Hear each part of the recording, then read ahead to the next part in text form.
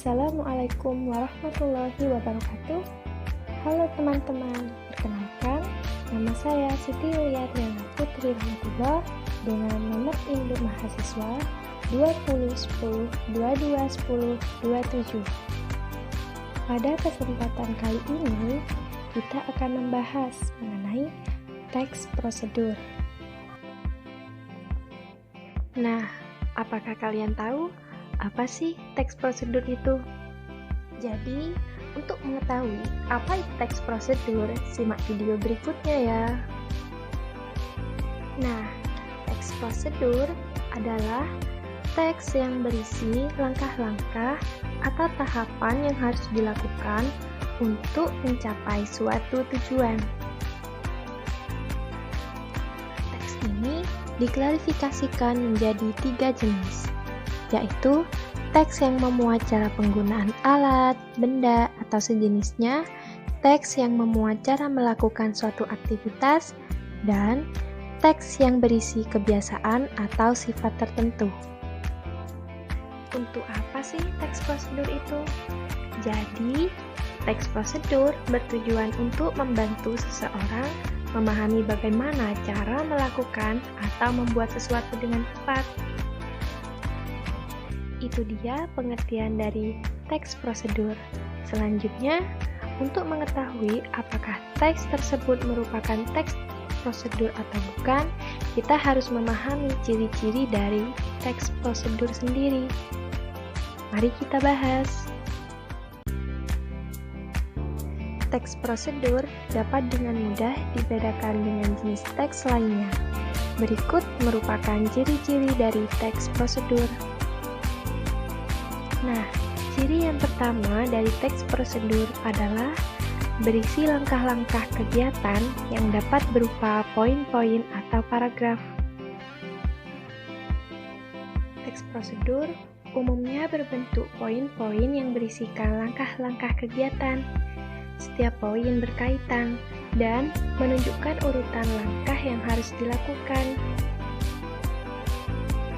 Namun, ada pula teks prosedur yang berbentuk paragraf dan tidak menggunakan angka sebagai urutan. Teks ini terkadang dapat menyerupai teks narasi karena menggunakan konjungsi temporal. Ciri yang kedua yaitu menggunakan kalimat saran dan larangan. Kalimat saran dalam teks prosedur bertujuan untuk mengarahkan seseorang melakukan sesuatu agar mendapatkan hasil yang lebih baik. Begitu pula dengan kalimat larangan, yaitu agar seseorang tidak melakukan langkah yang salah. Selanjutnya adalah ciri yang nomor 3, yaitu disusun secara sistematis dan dijelaskan secara detail.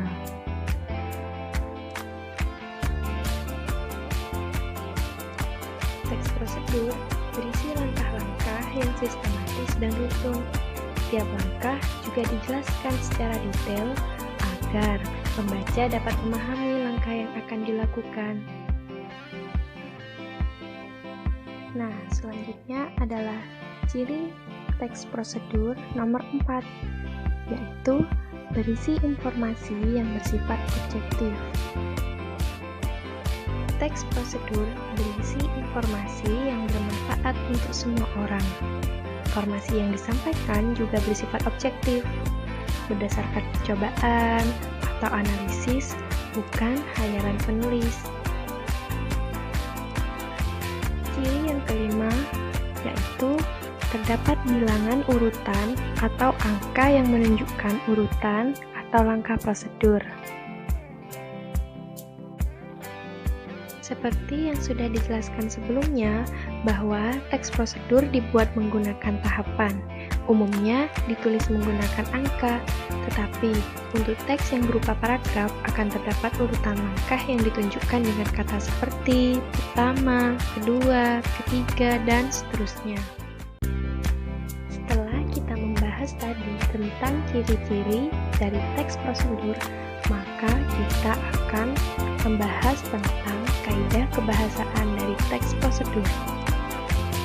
Nah, kaidah kebahasaan prosedur yang pertama yaitu menggunakan kata kerja perintah atau imperatif.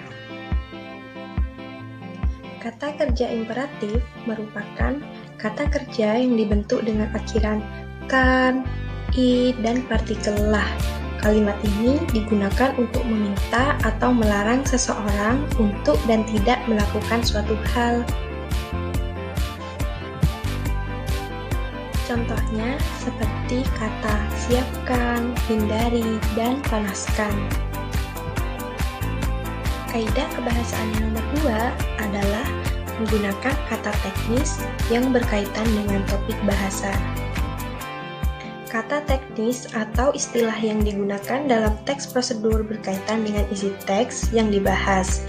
Misalnya, dalam teks prosedur dengan judul manfaat jamur untuk kesehatan, istilah yang digunakan diantaranya nutrisi, protein, osteoporosis, dan lain-lain.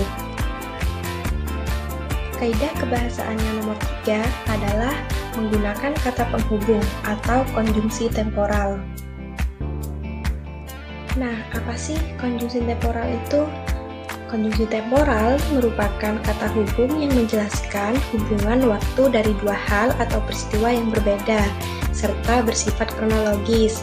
Misalnya nih, dari kata, kemudian, selanjutnya, setelah itu, dan lalu.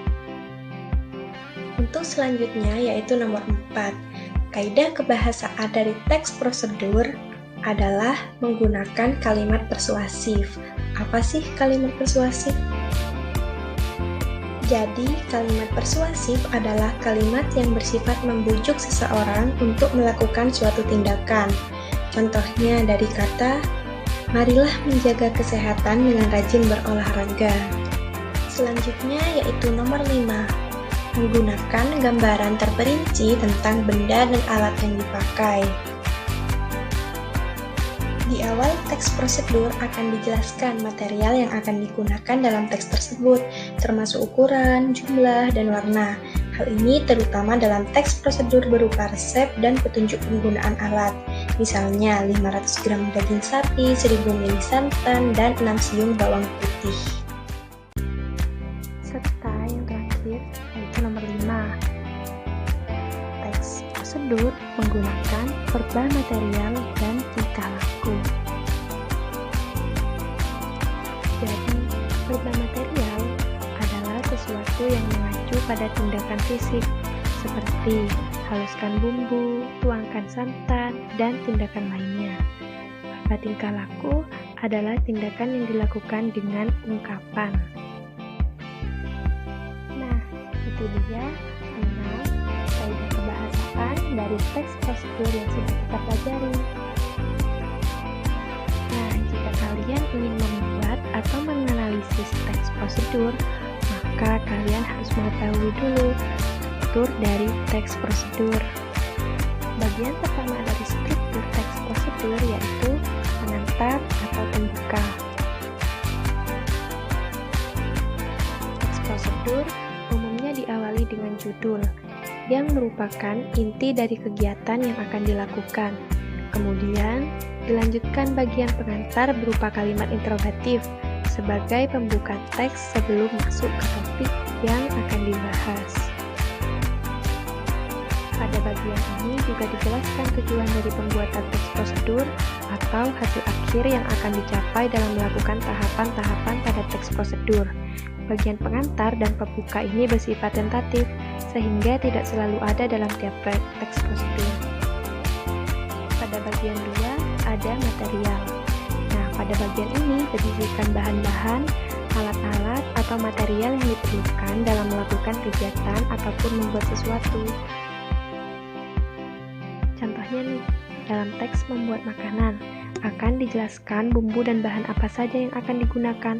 Kemudian, dalam teks prosedur, cara melakukan sesuatu akan dijelaskan, alat-alat yang perlu disiapkan sebelum mulai melakukan kegiatan.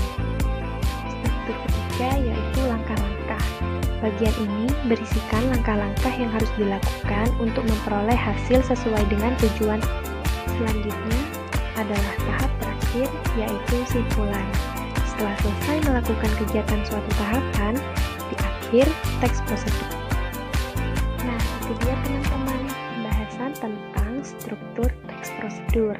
Maka jika kalian ingin mencoba membuat teks prosedur dan mencoba untuk mengidentifikasi, kalian harus mengetahui struktur dari teks prosedur.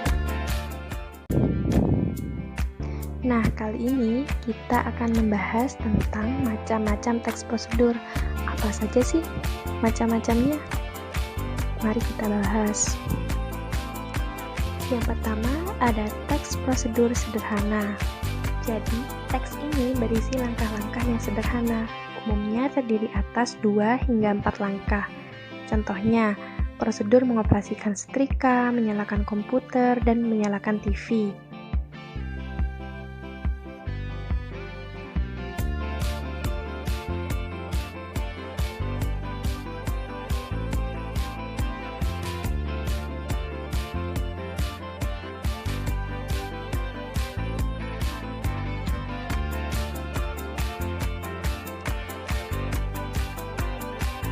Yang kedua, ada teks prosedur kompleks. Teks prosedur kompleks terdiri atas banyak langkah yang setiap langkahnya berkaitan dengan langkah lainnya. Contohnya, prosedur pembuatan KTP ataupun mendaftar sekolah.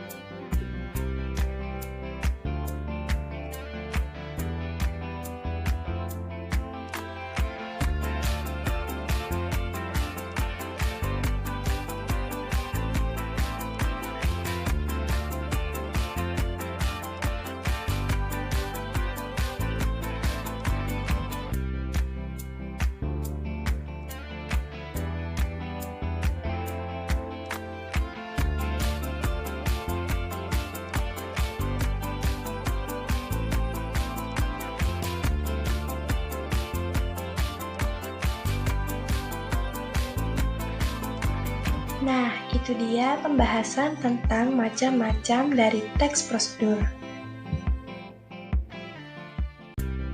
Nah, itu dia teman-teman, pembahasan tentang teks prosedur yang sudah kami kupas untuk kalian.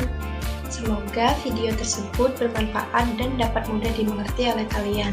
Kurang lebihnya mohon maaf. Wassalamualaikum warahmatullahi wabarakatuh. See you guys.